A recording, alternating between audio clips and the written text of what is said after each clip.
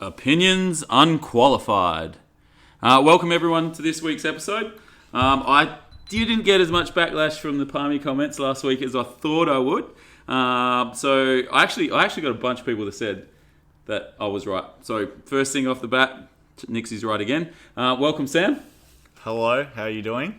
I'm very good. I'm very, very good. I'm very good. We do have a very special guest here today, and I'm actually really excited to get some insights into an area that I've actually never really experienced. So I'll let you go with the introductions, but I'm very excited to have these conversations today. So tonight we have a very special guest, and it's a all-round lovely lady, superstar. It's my Auntie Jill. Welcome. Thank you, Sam. So where are we going on this? Well, Nikki? so I just firstly with Auntie Jill, I just say the hair. I love the hair. It's incredible. So we're going to get a picture and put it up, but I have hair envy, and it's pretty clear why I have hair envy, because I can't actually grow any, but I'm actually very impressed. Very happy to have you here. The first thing that I want to talk about is my faith is fully restored in humanity again. And the reason for that is that Sam and I had our weekend escapades, as we often do. And the beautiful Milka, who's been on the show before, who's fast becoming my favourite Belgian person of all time, drove us about 50 minutes to a party in the bush. In the middle of nowhere. In the middle of nowhere. And how dark were the roads? Very dark. There was no street lights, nothing, barely any road. I mean... And it was really dark. And we go to... Milka go, do you know how to use Google Maps? I don't need Google Maps. I can get out of here after 57 turns. So I'd love to know if she got lost, but that's another story. Well, she made it back. Yeah. She made it back without maps. Oh, wow. Which I was impressed. I don't think there's too many 19-year-olds now that could navigate without their phone or maps or anything. What are your thoughts? I couldn't have made it back, for sure. I don't know about you. I would have had no chance. I would have been fine. I'd just drive towards the ocean and find a freeway there somewhere.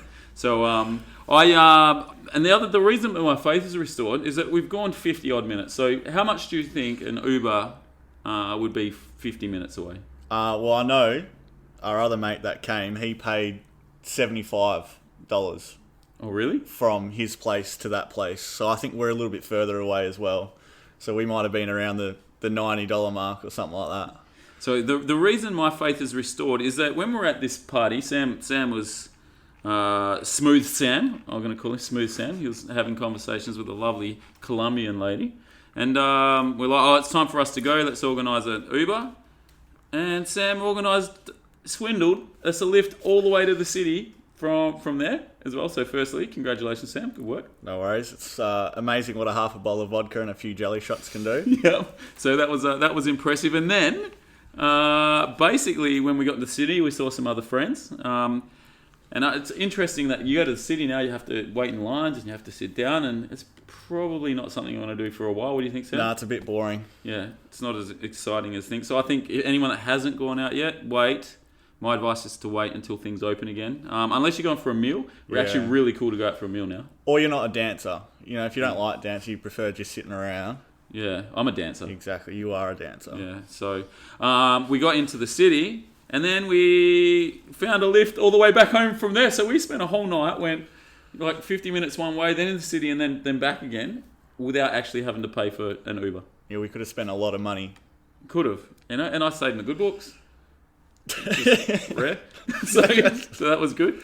But there was an interesting story, and I'll let you get into this, Sam. There's an interesting story with the gentleman that drove us from the city to home. Yeah, so so obviously we got there. And we got the little the wrap up of what they had been doing that night so far, and who her friends were. And one of the gentlemen had just met on Tinder, I believe it was, that morning, and he had driven up from Bunbury to come see her that night, which that is amazing because I'd never drive from Bunbury to the city for someone that I've been speaking to for about 5 hours. But is that just mental though? Maybe it's just laziness. It's probably laziness for me, but I know. I mean, We'll talk to Auntie Jill about this because this is part of the conversation that we're going to have with her. But I would have thought that a dude that's willing to drop everything and drive 2.5 hours is a little freaky. Is that right, Auntie Jill? Very quick. Yeah. It'd take me 5 hours. Yeah. I'd be a bit sus. Yeah, and that's what I think. I think our mate was a little sus. yeah. Well, the thing that was better wasn't it? It's because where we wanted to go to was closed, and we went and grabbed a kebab, which would have been 10 minutes after he walked away, after he left. Yep. So I don't know what he was doing in the city for that 10 minutes while we were eating a kebab, and then he came back and picked us all up. And drove us home. Yeah. The wrong direction. Further north. So he's staying south of the river, and he decided to drive us all the way up to Joondalup. Let's say Joondalup for for nothing. For nothing. He didn't stay over, did he, at the friend's house? So there was no benefits for him in it. No. I don't think. Well, the benefit was hanging out with us. That's true. Guess what? He's going to listen to the pod. So hey, bro. So here you go. All right. So that sort of leads us to our questions, Sam. Yeah. So obviously, Auntie Jill is newly into the online dating scene, and we actually had I think it was for Marcus's birthday that we went over to Marcus's for last week, and we had a very good chat with Auntie Jill and some of the family about Auntie Jill's adventures online and how it was all going and whatnot. So maybe, Auntie Jill, you could tell us a little story of that guy that we were talking about. The one guy. Okay. Well, it started off with COVID, actually. I was quite bored, and my daughter said to me, actually a friend said to me, you should go online, have a chat to some people. It's good for you because I live on my own, chat to some people, be nice. So I started, and then Lily made up my profile. My daughter made up my profile. The smoker. Yes. Yep. Don't knock the smokers. Yes, she made up my profile, and I was chatting away for weeks. Was good. And one person I kept chatting to right from the beginning. Started off slow, and then, got better and better. And, various people chatting to. And, I eventually met this one. Okay. Who actually came from distance too. Very much like your Wasn't driver. 5 hours, though. No, probably 3. Yeah, 3 hours drive meant 5 hours of knowing him. Oh, no, I'd been speaking to him for 3 months. Yeah, so, yeah. 3 months. Over 3 months, probably. Yeah. But, it's an interesting concept. I just, been on my own for 8 years and thought, all my kids are grown up. I thought, why not give it a crack, So... Did you find it daunting? And obviously it's a little weird because when you... daunting. I'd imagine when obviously you met the father of your children, you met them at somewhere socially or through friends. Exactly. So to meet someone and talk to them without actually seeing them, was that weird? Oh, very weird. But it's funny because you can... you paint a picture in your head when you're talking to them, right? You see photos. Yep. Which aren't always as they are. You see photos and you think, and you build up a rapport because you may start off just saying trivial stuff, and then all of a sudden, you keep talking and talking because of COVID, everyone's bored, they just want to talk, so that's what happens. And then you start talking about music, about bands you've seen, or about, just everything. Yep. So in that environment, it becomes quite, it's full on. It's all the time because everyone's sitting around doing nothing. So, it was. So when you say all the time, how often would you have been talking to this guy when you... Oh, this one? Yep. Okay, because there was many.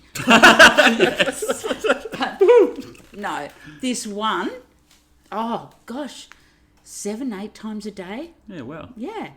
Yeah, for over 3 months. Yep. Yeah, it's a long time. Got to know him very, very well. Thought I knew him very, very well. had that picture very, very well. Yep. I like that thought. So that obviously leads us to Well, thought's a strong word. I think that's a little bit further down the track. I want to know, what did he bring you on the when you first met? Wow, he had a wonderful motorbike that actually my brother coaxed me into. It started off, I went to my brother's because I'd been isolated for so long. Went to my brother's and we were sitting there and he was texting me. And he had this motorbike, which I'm not into motorbikes, but he had this motorbike, and it's like a collector's motorbike. Yep. And it was funny because his girlfriend's son was there, and he knows motorbikes. So he said, ask him if it's a Softail.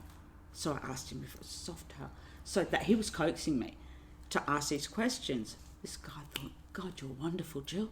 And kept texting me. And it was going, wow, you're so cool. And then it just flowed on from there. Yeah. Was it a bunch of flowers?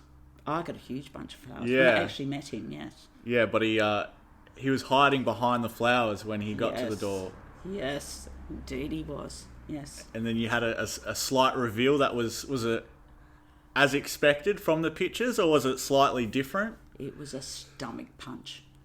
Oh, wow. Okay. It was like, I didn't see that in the photo. It was no, he was wonderful. I would have liked him with two heads because he was actually really wonderful. And it's a long time to talk to a person that many times a day. So everything, we talked about everything. It was great. I liked him regardless. So you spoke about everything except what he looked like. Well, he didn't look like his photo, put it that way. But that's the game you're playing if you're going internet dating. And I was new to it, so yeah.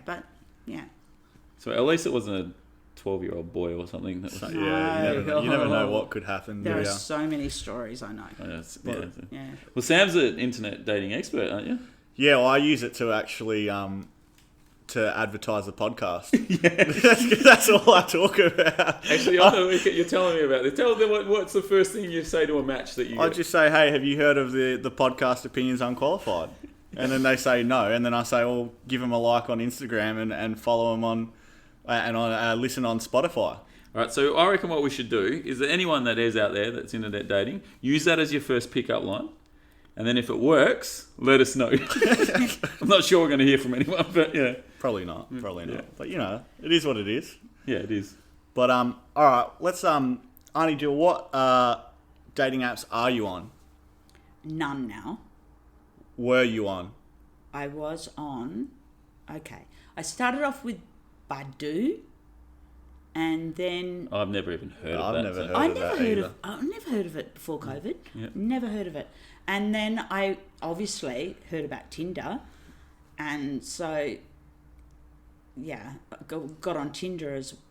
I shouldn't actually say that, but I did. I got on that one as well. I'm not very good with the internet, so it's really weird. And it's all about the profile. Mm. That's the interesting thing. This profile that you get of these people, and then what you see later. It's just very interesting. Yeah. What was the most interesting thing you read on a profile? I know Sam's had a couple of crackers in his time where people have said certain funny things, but is there anything like funny or anything that stood out with one of them that you saw? Or they're pretty plain and boring and straight down? No, they all like hiking. They all like camping. They all like camping, clamping. They all like to keep fit. And then you look at the photo and go, no, you don't. You don't like to keep fit. Yeah. That is not fit. And so and it's really interesting because I did meet two others before. Only met them socially before COVID, right?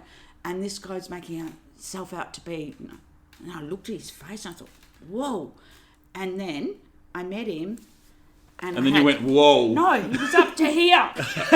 So that's up to your breasts. You didn't mention your height. You didn't mention your height. Yeah. It's like, not going to happen. No. Yeah. But very lovely, and that's cool. We're all different shapes and sizes, and that's fine. But I would have liked to have known previously. That you're 3'7". Yeah, you should tell someone. Yeah. Short people. There's nothing wrong with short people. There isn't. Yeah, absolutely. Yeah. But just say so other short people can meet the other short people. Yeah, but I'm sure some tall people like short people. Of course they do. Yeah. Yeah. But just let them know. Yeah.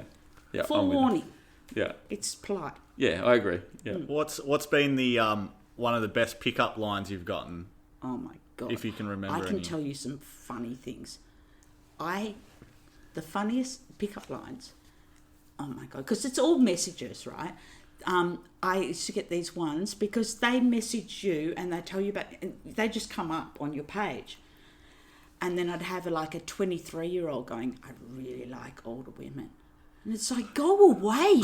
You're younger than my son. Go away. Report. It's like, what the hell?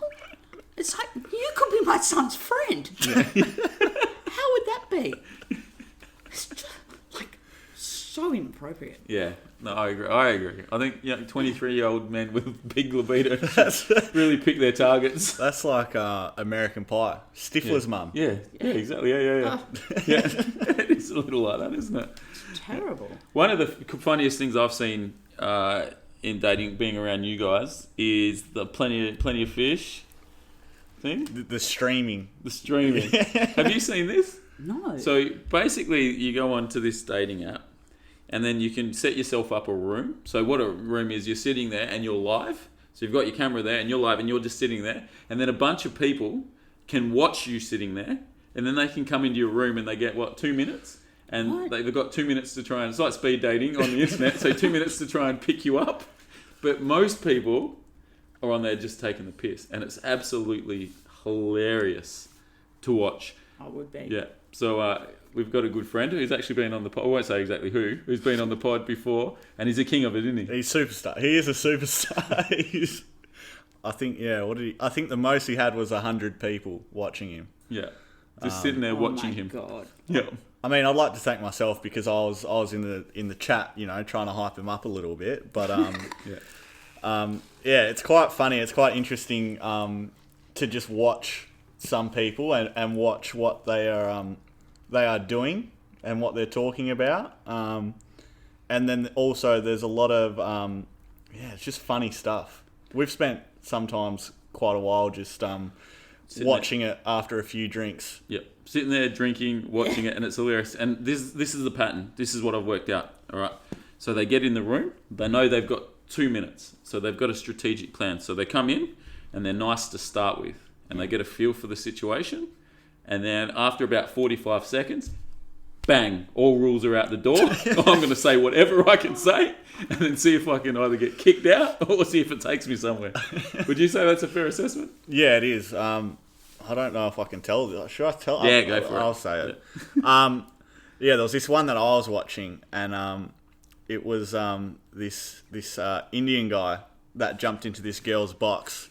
Yeah, sorry, that's the lingo. The lingo. They have like the little dating box. All right. I don't have a dirty mind. All right.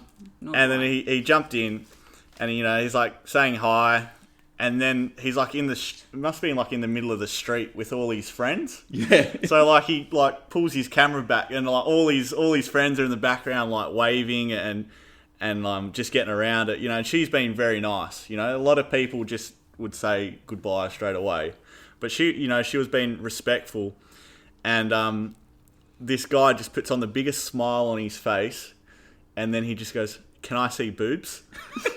And you could just see his face was so bright, he really believed in his mission. He had a lot of belief. He had support. All his mates were there behind him, but he didn't succeed in that mission.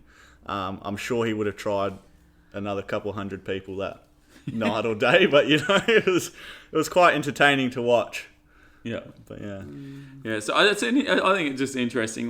They were trying to during COVID, they're trying to find creative ways for people to be engage each other and talk to each other, and obviously, dating is an important part of being a human. We need that part of it. How have you found now that obviously you've been like, is it something that you'd look to? You've got rid of your dating apps now, but is it something that if you wanted to add to, you'd do again? That's a hard one. I don't know, because they can make themselves out to be anything, and when you actually see them, they're not that.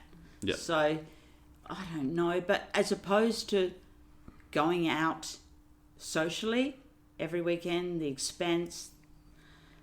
No, I actually think I'll learn to like my own company a little bit better. You know, I've got good friends and family around me. I mean, it's a game. It's hit and miss. I know people that have met lifelong partners through it. So Yeah. but it's just a matter of luck, I think. I don't know. Would I go back there again? I like the interaction. Yeah. I like the fact. I mean, like I said, I live on my own, so the interaction's good, and you have a laugh. Yep. Some people are so funny, and so you have a laugh. But whether I'd take it, no, I do the chatting. It's almost like, yeah, I don't know. I don't know if I'd do it again. Yeah. So I think like most things in life, you've sort of, for lack of a better term, you got to sift through the shit a little bit. Yeah. You know, and know. In that sort of environment, anyone can be anyone they technically want to be, because they're hiding behind the disguise of the internet, and it's safe. Yeah. So people that aren't necessarily as confident when you meet them in person can be a different sort of persona online, and I think that's the scary thing as well. Yeah. So yeah, I think once you said there's genuine people, Yeah. and then there's a lot of people that aren't so genuine. Then again, you look, as opposed to going to a bar somewhere, you get that anyway, don't you? You get the sleazeballs and all the rest of it. So it's like, you know, it's a way up between the two. At least you're protected when you're online. You can sort of suss it out, and they don't know where you are, and you're not in their face. Yeah. So, yeah. There's a lot of weirdos out there, but there's a lot of good people out there too. Mate, you know? we're at the city on the week. There's a lot of weirdos. I know, and they've been hiding for so long, so they're even weirder. Yeah, they were in their element when COVID was there. They could run the show. Yeah. So, so what I wanted to sort of move on to is to sort of go back to food. So I've had some interesting conversations with people over, period of time since we've had this show, and one of the things that's come up is food that's amazing when it's done really well, but can be completely terrible if you stuff it up. You know what I mean? So, like as an example, like I think lasagna is one of the most incredible meals on earth, but you can get a really bad lasagna. Like you can make a bad lasagna. There's not enough sauce on it, or the meat tastes a little funky or a little bit different, or it's dry. But when it's done right, it could possibly be one of the best things you'll ever eat. You know what I mean? I know what you mean. See, I think my one would probably be chicken. Yeah. Chicken's because I think people are scared. Vegetable. Yeah, the vegetable. Yeah. People are scared of undercooking it, so then they overcook it, and there's nothing worse than like dry chicken. Yeah. Yeah, no, I'd agree with that. Auntie Jill, is there like a food that comes to your mind that you think, well, chicken's one, yes. Trying to think of something else. See, I think seafood's a little bit like chicken. Seafood, they can stuff that up. They can destroy it. Like good calamari. Calamari. I was just thinking that. Calamari done well. Oh, it's beautiful. Yeah, but done bad, and it's like you could put it on your bike and it could be a tire. Exactly. Yeah, you know. So I think there's like plenty of those foods like that are like that. So I'd just be interested for the people sort of out there, like post to us #opinions unqualified. Food that when done really, really well is amazing, like the best thing you could eat, or when it's done really poorly, it's uneatable. Fair enough. Get around it. So sticking on this food subject, I want to talk side orders of sauce. All right, so I know, Sam, you got a little bugbear here. Yeah. I'm not happy because when I go somewhere, so I think I actually brought this up because I was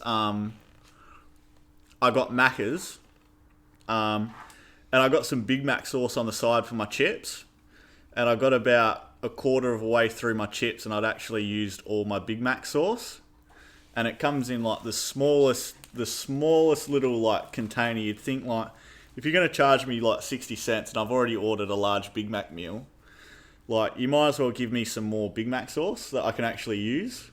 But, you know, you see it everywhere when you order a pie or something from the server or something like that, and you got to pay the 50 cents or whatever for the little thing of tomato sauce. I think, like, if you're already buying something, sauce should just be, like, a free on the side. A given. Yeah. I agree. Do you know what's probably the most annoying thing, though? Like, you go to a pub and you order a steak with mushroom sauce, as everyone that listens to the pub knows, and then they give you, like, a shot glass with the mushroom sauce in it. Yeah. Like, I've got, like, a 750-gram steak here, and you're giving me a shot glass of bloody mushroom sauce. What am I meant to do with that? Exactly. Look, that's I don't know. Unacceptable, man. It is. But, like, going back to the costing of getting the added sauce is, it's only 50 cents. So if they just took that off and then put it into the price of whatever you're actually buying, you're probably still going to get, like, if my Big Mac meal is 50 cents extra, but I get some Big Mac sauce on the side anyway, like, I'd be like, sweet. Like, just I got free sauce. Yeah. You know, but you're paying 50 cents extra, but, like, no one's going to care about that 50 cents extra. It's like Red Rooster. Like, I like the chicken dinner, right? But, like, they've got to swamp it in gravy because sometimes the chicken is dry. But it's like you have to ask extra gravy. And then you just get a piddle of gravy. It's like, that is not a roast chicken with that amount of gravy. I think I'm in love because I love gravy. I love gravy. You can't have a roast without a generous portion of gravy. I agree. Do you gravy everything? I gravy everything. Yeah. Potatoes, peas. Yeah. Oh, you can't eat peas without gravy. I'm with you 100%. Peas are disgusting. But I'd eat them because they're on the plate. Yeah. Gravy. Gravy. So I want and you got to eat gravy with peas. Everything that's on the plate. Yeah, not peas with gravy with peas. Exactly. 100%. Yeah, I'm with you. 100%. So, yeah, I think, gravy's one of those things as well. Like, if you get a good gravy, I could just drink it. Yeah. But if you get a bad gravy, it's watery gravy. Yeah. Like, why water? This isn't gravy. And I just thought of something when you said foods cooked badly. I'm going back, right? Yeah, that's good. Eggs. You know when you go out for breakfast and you say, I like soft eggs? Yeah. And they bring you out hard eggs? It's like, hello? Yeah. We had someone that works in the food industry on the pod before, and I'm always scared now to say, look, these eggs aren't acceptable. So I just eat them. My husband used to say, take them back. She likes soft eggs. We're here every Saturday. You know she likes soft eggs. Take them back. I wouldn't dare say that. Yeah, I wouldn't either. I'm not the person that complains because I feel sorry for the waitress. It's not her fault.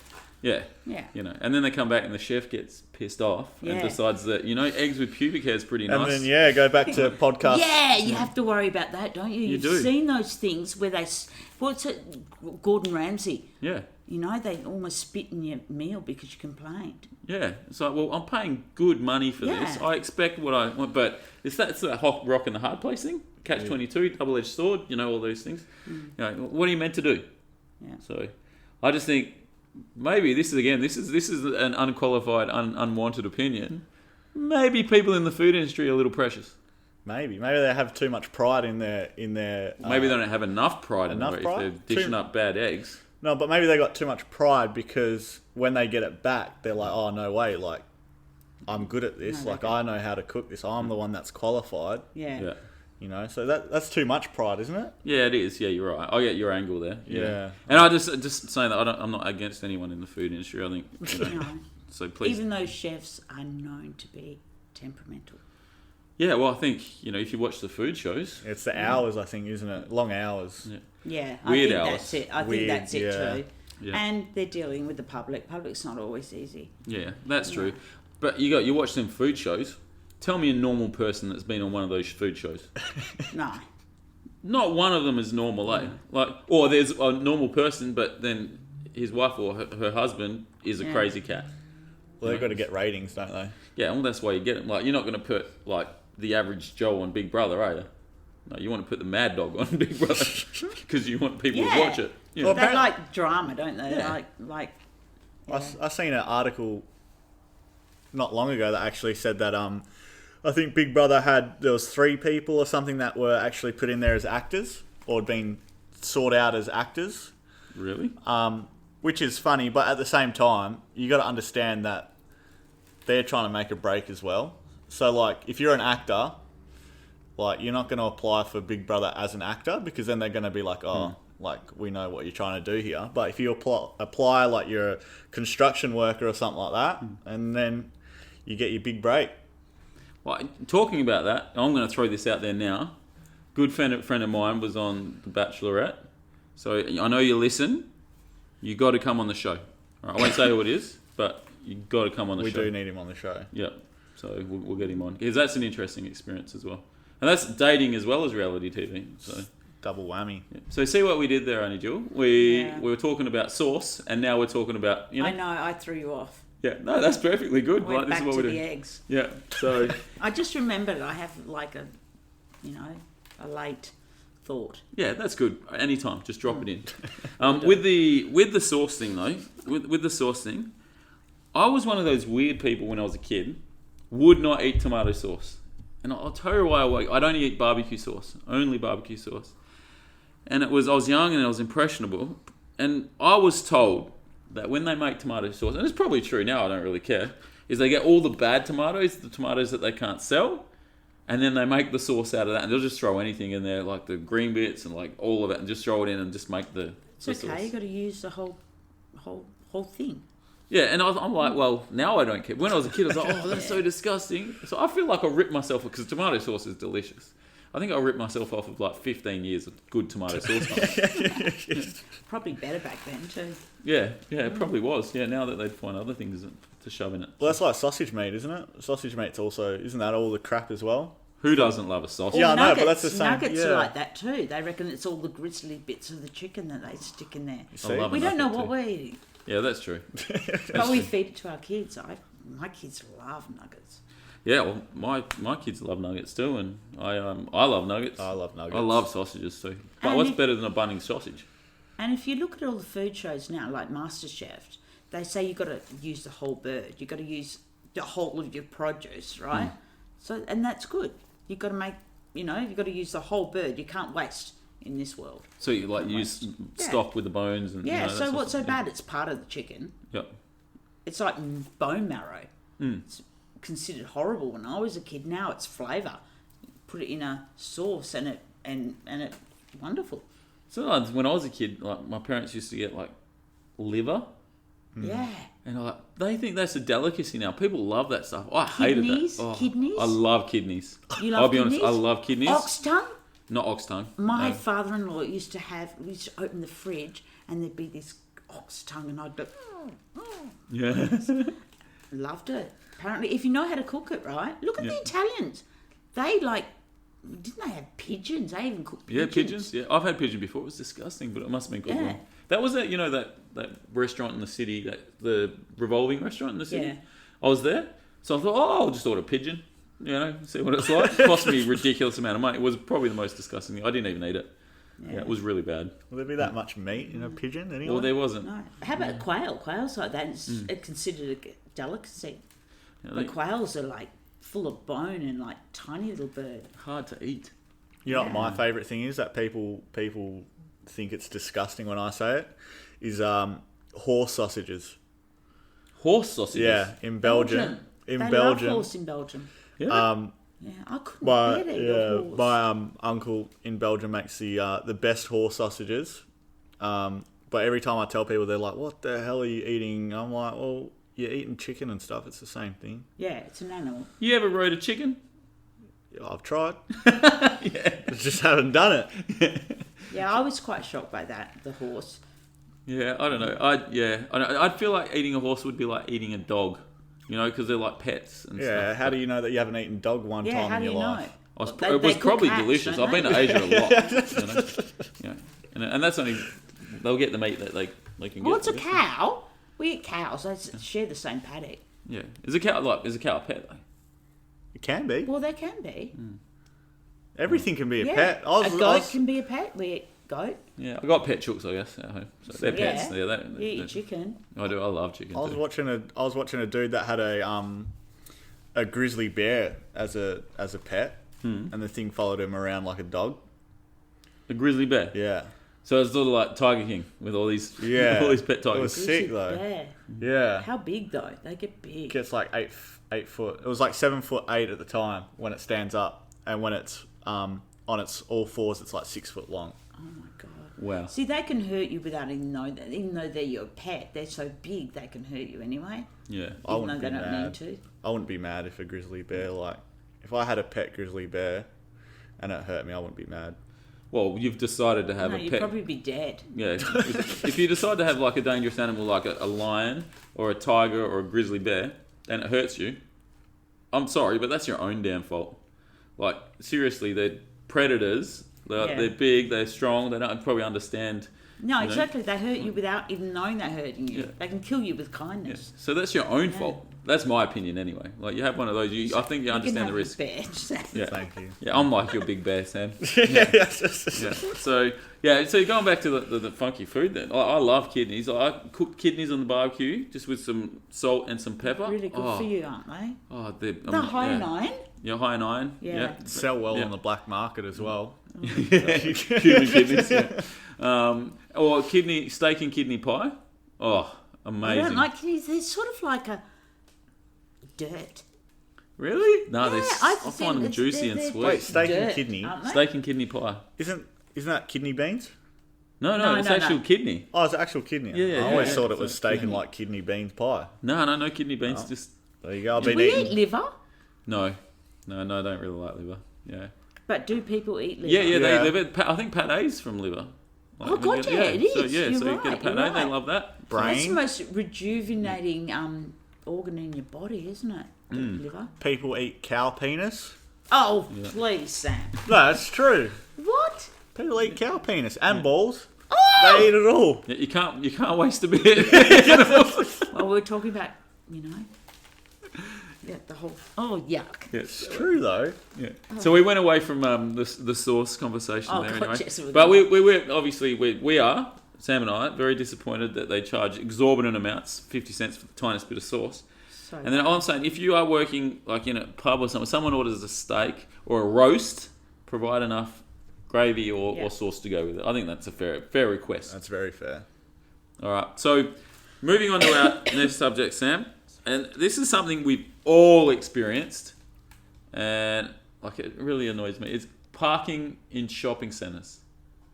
Now, have you ever had any experiences where you're just like, man, I just wish I wasn't here because of the parking scenario? I think there's a lot of people. I think everyone's experienced it. But apparently, for some people, it can be quite challenging to park in the middle of two lines. Yes. Whether that's a laziness thing or just complete incompetence when it comes to using a steering wheel and guiding a vehicle into the lines. And the most surprising thing is that all these cars these days, or a lot of cars these days, have reverse cameras and all this technology, and you still see it a lot. Do you know what I've noticed with those cars though? Rich wankers own those cars generally. So true. Yeah, because it's either a Mustang or it's like a big SUV like Land Rover that's cost all this money. If you don't want people to park next to your damn car, drive a different car, buy a little Corolla or something if you're that rich, and use that for your shopping trip. Seriously though, like, learn to park or don't drive that damn car. But see, I think it's like when you have a car like that, I can understand it if they park right in the middle of two, but because then you know that they actually meant to park in the middle of two to protect their car, while you have some people that park on the line or just over the line, and you're like, well, you didn't even try to protect your car, you just can't park. But do you know what I'm doing to that dude that parks between the two? I'm parking right behind them so they can't get out. Because I need a parking spot. There's 2 parking spots there. You're an arrogant dude that doesn't want their car scratched because you don't trust humanity. You can wait until I'm finished now because I needed a parking spot. Actually, I feel for that, because when I got my car, I had no dents in the side of my doors. And then obviously parking at uni and wherever else. Now, every time I walk out, I look at my car and there's dents in both sides of my doors from people that don't know how to open a door or too lazy to get out of a car without banging their door against my car. Yeah, and again, as I said, I understand that, but there's 2 parking spots for a reason. If you've got enough money to buy a car and that's that special to you, buy a bunger, like a two grand car that you just drive to the shops. Maybe, and see, so maybe it goes both ways. Maybe people need to also learn how to get out of a car. Well, that's true, and then people need to show more courtesy. Yeah. And there's obviously people that have no respect for other people's property, and that's very clear. But I'm still leaning on the just don't take up 2 parking spots. There's nothing worse when there's only one car park left, or you're about to whip into a car park, and then you just see how they've parked, and you're like, oh dang it, like I can't park here now because this guy's like halfway over the line. Yeah, see, because you're driving down and they're busy, and then you see like everything's full, and then you see a spot, and then you're like manoeuvring there. You see other cars trying to find parking spots. You think this is way too good to be true. And you get there, and then you can't get in there because someone's parked poorly. Oh, that's the most annoying thing on earth. Yeah, that frustrates me. Do you know, I got some really good advice, though, when you go into shopping centres. All right, when you go to a busy shopping centre, pick a row. If you sit in that row for 3 minutes, someone will come out within that 3 minutes and you'll get a spot. And you know what? Every single time I've done it, it's happened. Parking ferry works every time. Yep. So you just sit there, wait there in that row, and then eventually someone's going to come and move their car within 3 minutes. Is that what you do? Yep. All right. I'll try it out. I usually go all the way to the front, and if there's nothing at the front, then I park somewhere far away. Yeah. But So I don't just wait. walk it. Yeah, I don't wait. Yeah, I just think, it's 3 minutes. I'm happy to take that gamble. I mean, the idea, the concept. I mean, obviously it works if you say it does. So. And do you know what the other thing is really awesome? Buy yourself a baby seat. Put that bad boy in the back. Park in a parenting bay. Guess what? You're parking at the front every time. If anyone wants to donate me a baby seat so I can park at the front, that'd be appreciated. Probably could help you out there, Sam. So, Anij, is there a really bad parking experience you can tell us? I think, like when you park, sometimes it's a domino effect. If someone parks over the line and there's only that one space left and you have to park in there, then everyone does it. Like everyone's, I don't know. And yeah, I don't know. They just, I've gone into parking spots. When like around Christmas time when it's really, really busy. Yep. And like, you're just gunning for a parking spot. But and the worst thing I think is schools. When you go to I go to pick up my granddaughter, and the 4-wheel drives the same thing. They're like big shopping trolleys. Why are there so many mothers in these massive 4-wheel drives? Like do the same thing. They just like. Bet you they've never been out bush with those 4-wheel drives either. Exactly, and you wouldn't because the insurance if they got scratched would cost you a fortune. Yeah. But the way they park, they park over lines, so the next person has to, and it's just.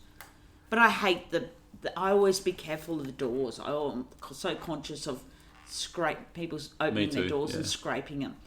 Yeah, I'm the same. Yeah. Talking about like schools, so I do a school on a Monday afternoon in my other job. Because this podcast is pretty much a job now, in my other job, and it's right after school, so it starts at 3:30. I cannot get a parking spot at all, and people are so inconsiderate about letting people get in that are staying. The parents that are just there waiting to pick their kids up, like they just don't care. So, yeah, it's a little disappointing, but. And you can't see. And I hate being stuck in the middle of because my car's really low, and if I'm stuck next to 2 4-wheel drives, I can't see. Yeah. I'm lucky I've got the, the beep beeps things behind. If I come close to something, my car starts to beep. Oh, the sensors. Yeah. The sensors. That's the word. Yeah. Well, strangely enough, our time has come to an end. So, on behalf of myself, Annie Jill, thank you so much for being a part of our show. I'll let Sam, say the lovely things about you, though. Nice. Yeah. Thank you very much, Annie Jill, for coming on, and maybe now you can brag to Marcus and see who the better podcaster is. Now that you've both experienced it. Yeah. Yeah, our mum's always going to say the same. That's true. Yeah. Before we finish off, just remember, hashtag Opinions Unqualified. Get on our Instagram account. Get on our Facebook. The more people share, the better for us. We appreciate the support we're getting so far.